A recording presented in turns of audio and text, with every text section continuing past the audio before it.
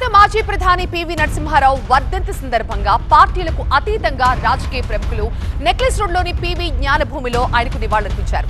దేశ ప్రధానిగా పనిచేసిన ఏకైక తెలుగు వ్యక్తి పివి అని, ఆయన ప్రధానిగా తీసుకొచ్చిన ఆర్థిక సంస్కరణల వల్లే భారతదేశం ఈ రోజు ఇలా అభివృద్ధి బాటలో నడుస్తోందని కేంద్ర మంత్రి కిషన్ రెడ్డి, రాష్ట్ర మంత్రి పొన్నం ప్రభాకర్ అన్నారు. ఇక పివి దేశానికి చేసిన సేవల్ని గుర్తు చేసుకున్నారు.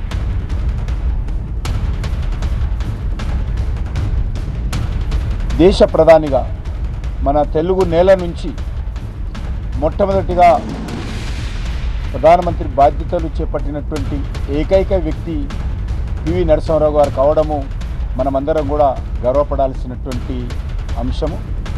అంతేకాకుండా ఆయన మరి మారుమూల ప్రాంతాలలో తెలంగాణ గడ్డ మీద జన్మించి ఈ రాష్ట్రంలో కూడా అనేక శాఖలకు మంత్రిగా, చివరకు ఉమ్మడి ఆంధ్రప్రదేశ్కు ముఖ్యమంత్రిగా, మరి అనేక రకాల ఆర్థిక సంస్కరణలు, భూ సంస్కరణలు తీసుకొచ్చినటువంటి వ్యక్తి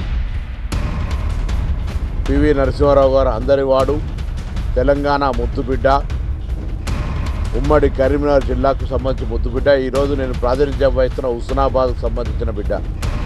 వారు అంత అత్యున్నత స్థానానికి ఎదగడం మనందరికీ ఎప్పటికీ గర్వకారణం.